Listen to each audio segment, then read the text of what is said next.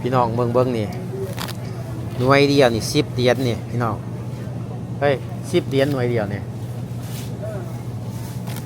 มันสมาแพงแท้หน่วยนี่10 เหรียญนี่บัตรตัวนี้นี่2 หน่วยเกือบเข้า7 เหรียญเนาะตัวนี้เนาะ2 หน่วยนี่8 เหรียญตัวนี้นี่เข้าไรเป็นเป็นน้ำหนักเนาะไรตามน้ำหนักกับตัวนั้นกับยี่ห้อมัน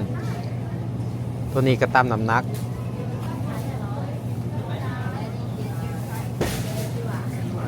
แพงเนี่ยตัวนี้เติมก็ถึง10 เหรียญผมพี่น้องเอ้ยเบิ่งแม่คือว่าแพงแท้แพงว่าพอแล้วเว้ยเบิ่งมักซิดาเนาะซิดานี่แต่ว่าง2 หน่วยนี่สิตกอยู่ระหว่าง4 เหรียญเนาะได้4 เหรียญซะ4 เหรียญไปก็ใส่ไปน้อยหนึ่ง4 เหรียญนะอันนี้หน่วย1 2 เหรียญเนาะไปกันแล้วอะไรส่วน40,000หน่วยหนึ่ง2 หน่วยก็อะไร80,000ซะโอ้หนักเนาะเอานี่แท้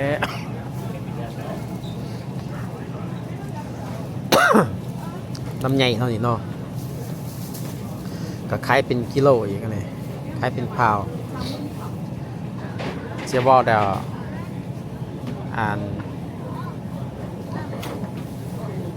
อันนี้ครึ่งกิโลเนาะครึ่งกิโลสิตกอยู่ระหว่าง3 เหรียญนี่ครึ่งกิโลสิตกอยู่ระหว่าง3 เหรียญ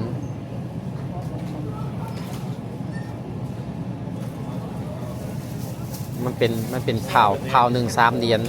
2 เผามันสิตกอยู่กิโลหนึ่งเนาะประมาณจังสันแหละไรจังสันซะก็สิเขา6 เหรียญ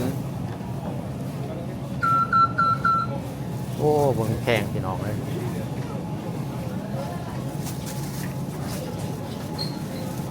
เบิ่งหัวเผือกนี่บอกใหญ่ๆหนึ่งไงบอกพี่น้อง2 มือจังกำจังผมเผือกนี้มันเนี่ยคักดูนี่ก็ได้นี่ก็แซ่บอยู่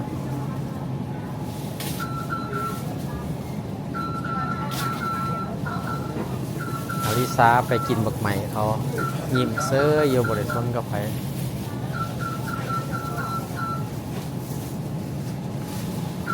มาไปเขาโอ้แกงบักหนามนี่เนาะนี่เนาะให้เนาะโอ้อยากอ่อนนะเฮ้ยน้ำอ่อนบกแข็งน้ำตัวนี้ทำไมบอกว่าน้ำในวันนี้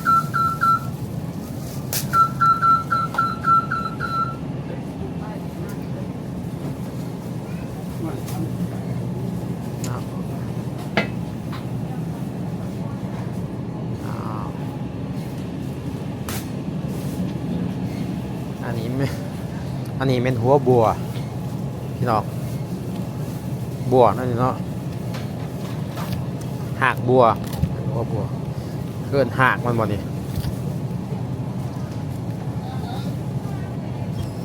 เอาไปตำเนาะบ้านเฮาเอาไปตำเลย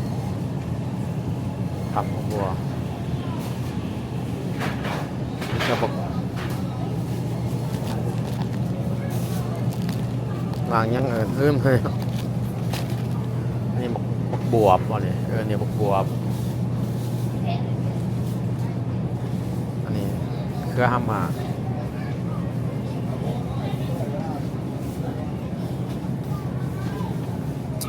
โอ้ยผักมีที่ชอบนี่มันมีหลายแบบพี่น้องเลยก็จักเสือเอาทีมซะโอเคอันนี้มันไก่เนาะชิ้นไก่มีไตมีหัวใจเนาะเขาสิขายเป็นแพ็คจังซี่แหละนี่ถ้าอยากกินแบบนี้มันหลายอยู่นี่มันหลายเนาะส่วนหลายถ้าใครสิกินแบบอะไรนี่ส่วนหลายมันจังซี่แหละมันหลายเลยอยู่นี่แต่อยู่บ้านอยู่ลาวนี่คือสิบ่หลายแบบนี้เนาะอยู่ลาวก็สิบ่มีแต่ก็สิบ่หลายแบบนี้เนาะหมายว่าถ้าเขาเอามาจากหม้องอื่นมันจะมาแต่ใช้เพราะว่าโตนึงมันนี่นึงเด้ออันนี้มาจากหม้องอื่นแล้วเว้าอยู่ในลาวแท้นะก็สิยากเพราะมันยังบ่ทันอันนี้เด้ แต่แบบร้านอาหารคือร้านปิ้งไก่ร้านอาหารเขาสิมีหลายอยู่เพราะว่าเขาก็เอาใส่อาหารขายอาหารเขาเครื่องในอหยังอะนะเนาะ เกิดอะไรกินไปเรียน เออ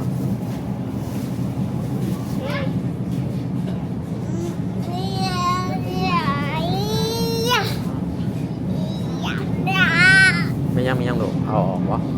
นั่งอยู่หันเนี้ยบ่ต้องออกเลยโอเคเดี๋ยวเขาสิยังเขายังถ่ายอยู่เดี๋ยวเขายังไปบุญเขาจะสิไทยไหมอีกโอเคอันนี้ก็เป็นหม่องพ่อขายหมูเนาะสีนหมูเนาะ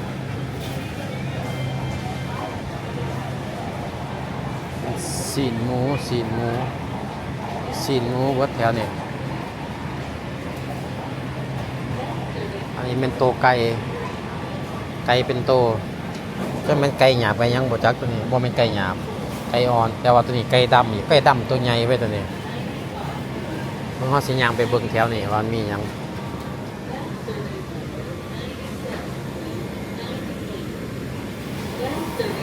แบบอาหารทะเลเนาะพี่น้องเนาะอาหารทะเลนี่ก็เฮ็ดเป็นบ่อเนาะเป็นลูกศิษย์เนาะก็เห็นเป็นกระดูกซีนมนๆอันนี้เป็นปลาเนาะพี่น้องเนาะมีปลาเด้อหลายปลาแซลมอนปลาหยังหลายชนิดเนาะนี่เนาะปลาหยังต่อปลาหยังแซลมอนดอกแซลมอนเย่เย่คนโอ้สีมันขักไว้อันนี้ซีแบสเยลโลไอซีแบดเยลโลไอแซลมอนมักกะเลียปลาทูสแกลลับตัวนี้เนี่ยซีสแกลลับก็มีสวิมกุ้งเสือตัวนี้โอ้มีหลายใส่หน่อยใส่ใหญ่กุ้งดำกุ้งเสือกุ้งยังโอ้คักเนาะมาทั้งนี้เป็นปลากดเนี่ยแบบคล้ายๆคือปลากดบ่เนี่ยลายปลาอันนี้เป็นเรื่องหอยเนาะหอยนี่กับอัน lobster เนาะกับกระปูเป็นหอยกับกระปูเนาะ lobster แน่ปูแน่อันนี้เป็นกระปูตัวข้างหน้าเนี่ย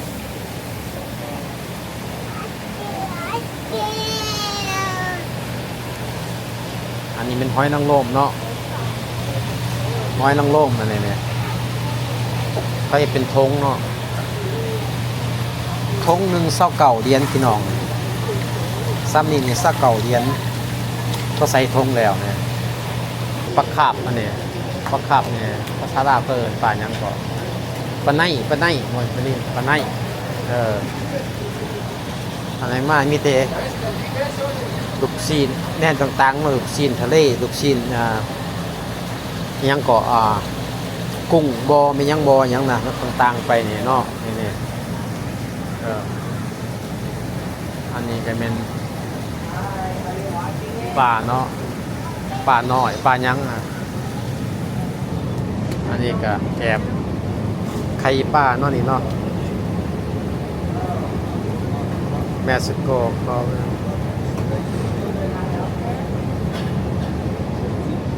ไข่ปลาเนาะพี่น้องเนาะอันนี้ข้าวปลากระตัดเป็นตอนโอ้หลายสิ่งหลายอย่างเนาะโอเคเดี๋ยวเราสิไปถ่ายตรงหมองเงินอีกเซ็กชันเงินอันนี้เป็นพวกคอจีเนาะคอจีแบบนี้โซนคอจี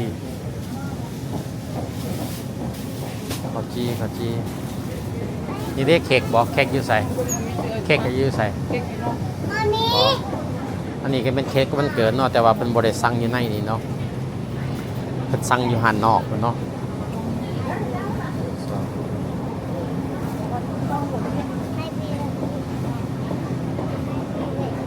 อันนี้เป็นเครื่องอาหารคุกอาหารทำสำเร็จแล้วเนาะวันนี้เนาะสิเป็นอาหารกินอ๋อนี่นะของกินของยังเนาะนี่เขาเฮ็ดเรียบร้อยเขา ของกินอาหารสดเรียบร้อยเนี่ยปลาสนตัวน่ะมีเป็ดอังหมูอังเนาะส่วนนั้นมีเป็ดอังหมูอังเนาะ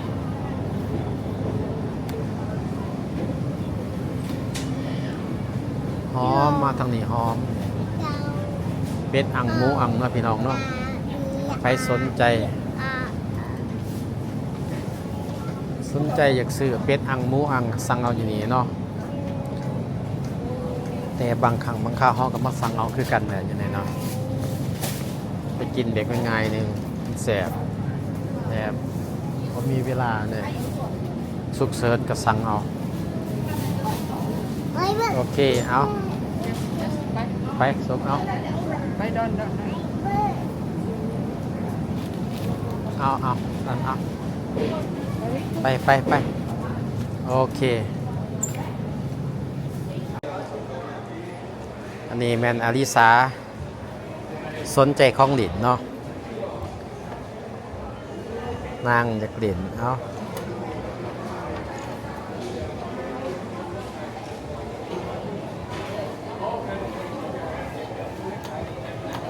มิดเอาลูกมิดเอา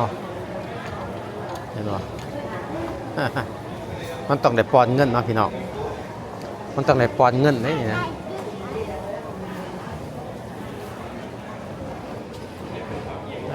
ดินปับหัวจักโดดโอ้ยคนเฮาเนี่ยของตุ๊กตาเนาะมันหนีบอันนี้นี่มันไม่ติดหยวดซื่อๆหรอกหนีบบ่สู้ได้ดอกเนาะเอาว่าหนีบได้แต่ละเทื่อนี่นะมันเบิดแล้วเขาบ่เฮ็ดดอกก็สิเสียระวังเด้อหลายปานใด6 เหรียญเทื่อนึงอ่ะนะเขาหยอดไป6 เหรียญเนาะ6 ดอลเข้าไปเนี่ยมันก็เบิดสำหรับตัวนี้นี่มันก็คุ้มค่าแต่ว่าเนี่ยถ้าเขาเสียเทื่อนึงมันก็อันนี้ไปถ้าเขาได้ไปมันก็ซ้ำบ่ซื้อไปมันก็บ่ได้รูปหยังถ้าว่ามันกำไรมีแต่ว่าถ้าเฮาอันเฮาพลาดเนาะมันได้กำไรเด้อ นี่คือกันนี่2 เหรียญเนี่ยสมมติว่าค่านี่มัน2 เหรียญซะบัดเฮาพลาดไปนี่หมายความว่ามันก็กำไรแล้วส่วนใหญ่มันก็มีแต่พลาดตลอดนะมีแต่กำไรตลอด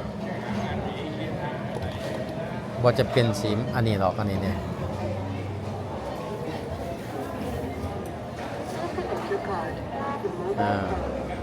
ดินไปก็เสียเงินนะเกมแล้วเนี่ยของ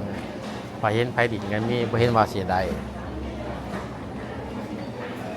เป็นจังได๋ลูกฮะเป็นจังได๋ฮะวันนี้ซานี่มักได้หม่องคลองดินคลองหยังเนี่ยนางก็มีแต่อยากดินอยากจับอยากใบซื่อหรอกนางก็บ่ได้ว่าสิอยากได้หยังหรอกโอ้แทททูบ่นี่ลูกแทททูได้นี่ลูกเห็นบ่แทททูคือสาเห็ดปูเห็ดเอามาใส่แทททูใส่แขนให้เจ้าเห็นบ่แทททูเห็นบ่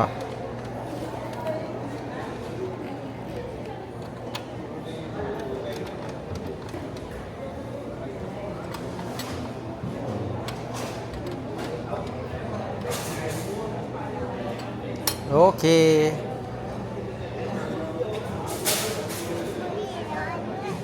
ฮะโอ้ของใส่แทททูบ่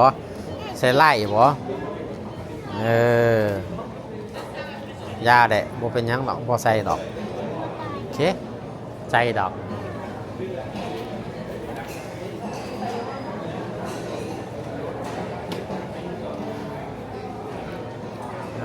เอา กลุ่มมันบ่ได้ดอกเอากลับมาตัวนี้อีกเลยโอเคเลยเนาะโอเคพ่อแหละเอาบ๊ายบายพ่อแหละตัวนี้อลิสาบ๊ายบายไว้ซาเอ้ยซาบ๊ายบายในโดบ๊ายบาย see you later ว่าแม่เจอกันคลิปหน้าว่าแม่ see you next clip ว่าแม่ see you next time อาทูขอบใจโอเคโอเคเอาลาไปก่อนพี่น้องเจอกันคลิปหน้าเนาะ